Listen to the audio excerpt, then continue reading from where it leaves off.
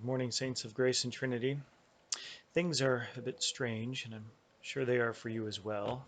Our schedules are off, work is off, even church is off. So, what are you doing to fill the time? Some of you are probably running around trying to figure out how to teach your kids online. That's what we're trying to figure out. Some are going stir crazy. Some need to get out of the house, and some are realizing that all they really want to do is spend money and go out to eat. One of the things that I've been trying to do during this time is pick up a work that I've not read and have always wanted to. And so for me, it's been spending a bit of time with Augustine's City of God. This is not a small book, as you could see, well over 1,000 pages. And so what better time than to pick up your COVID-19 book? One of the things that I wanted to share from this book that I just found incredibly important for us right here today is in Book 1, Chapter 8. He talks about the blessings and the disasters that are shared by both the good and the bad. He says, "No doubt this question will be asked, why does the divine mercy extend even to the godless and the ungrateful? The only explanation is that it is the mercy of one who makes his sun rise on the good and on the bad, and sends rain alike on the righteous and the unrighteous. Some of the wicked are brought to penitence by considering these facts and amend their impiety, while others, in the words of the Apostle, despise the riches of God's goodness and forbearance and the hardness and impenitence of their hearts. And they lay up for themselves a store of wrath in the day of God's anger and of the revelation of the just judgment of God, who will repay every man according to his actions. Yet the patience of God still invites the wicked to penitence, just as God's chastisement trains the good in patient endurance. God's mercy embraces the good for their cherishing, just as his severity chastens the wicked for their punishment. God, in his providence, decided to prepare future blessings for the righteous, which the unrighteous will not enjoy, and sorrows for the ungodly, with which the good will not be tormented. But he has willed that these temporal goods and temporal evils should befall the good and the bad alike, so that the good things should not be too eagerly coveted when it is seen that the wicked also enjoy them, and that the evils should not be discreditably shunned when it is apparent that the good are often afflicted with them. The most important question is this: what use is made of the things thought to be blessings and of the things reputed evil? The good man is not exalted in this world's goods, nor is he overwhelmed by this world's evils.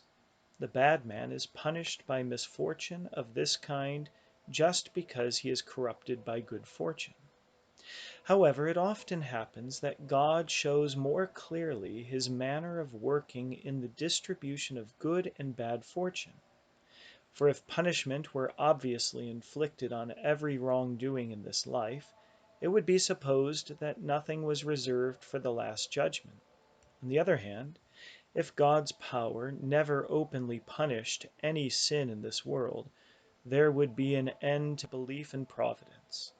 Similarly, in respect of good fortune, if God did not grant it to some petitioners with manifest generosity, we should not suppose that these temporal blessings were his concern.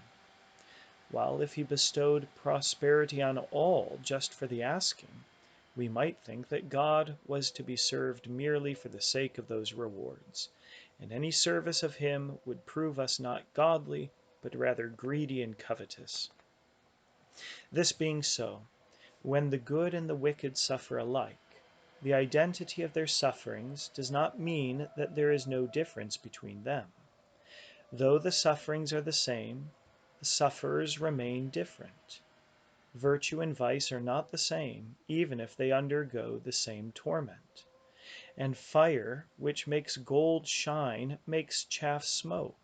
The same flail breaks up the straw and clears the grain, And oil is not mistaken for lees because both are forced out of the same press.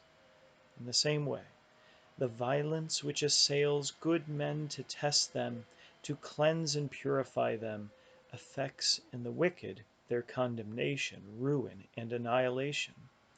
Thus the wicked, under pressure of affliction, execrate God and blaspheme. The good, in the same affliction, offer up prayers and praises. This shows that what matters is the nature of the sufferer, not the nature of the sufferings. Stir a cesspit, and a foul stench arises. Stir a perfume, and a delightful fragrance ascends, but the movement is identical. And then just a line from chapter 9. Thus, in the universal catastrophe, the sufferings of Christians have tended to their moral improvement because they viewed them with the eyes of faith.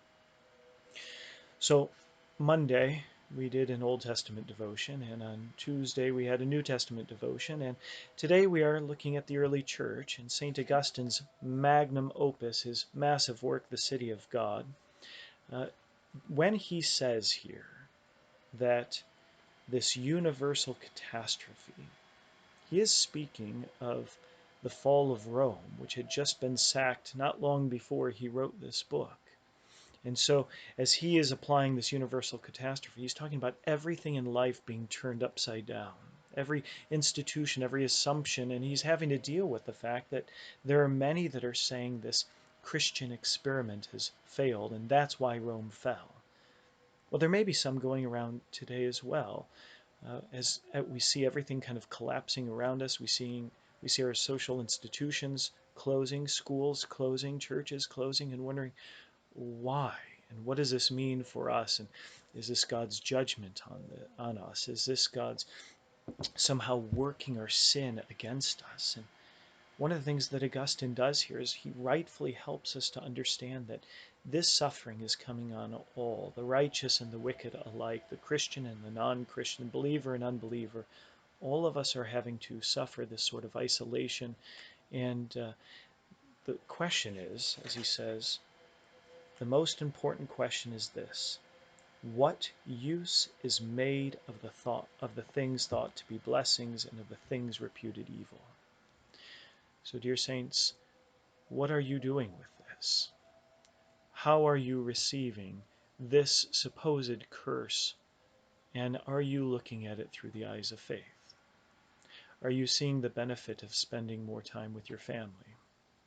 Are you taking up a new habit, perhaps, or strengthening an old one of morning and evening prayer? Are you joining us either live streaming or just opening up your hymnal and leading your family in these prayers? There's so many blessings that can come from this, even this seemingly terrible thing, this wicked thing, and yet we can receive it through the eyes of faith as another gift from our Lord. All of that from St. Augustine in his City of God. If you've got some time and willing to put it in, read it along with me, and I'd love to talk about it more with you. Take care and peace be with you.